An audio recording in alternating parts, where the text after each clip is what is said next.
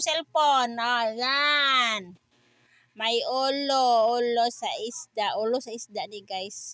Ano to? Panit. Magluluto tayo ngayon ng panit. Piniritong panit. Takot traba ako mga mamis sa panit. Panit. Prito deh.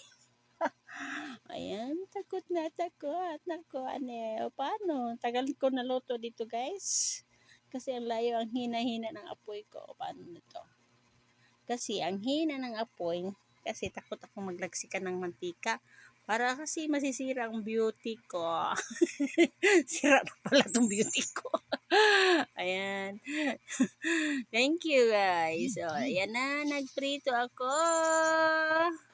At charot. Para mahawas ako sa aking kalasingan. Ayan, nagprito ako ganyan. Nagano ako ng pinirito. Ayan, hawas ako sa aking kalasingan kasi yung mantika ko tumalsik na sa aking kamay. Hindi na ako nakapag-video guys kasi ang init ng kalayong ginamit ko. Ayan. Nagsabaw ako ng kalamunggay. Tambal sa hangover. Ayan, hangover na may kalamunggay. Ayan, kalamunggay sabaw.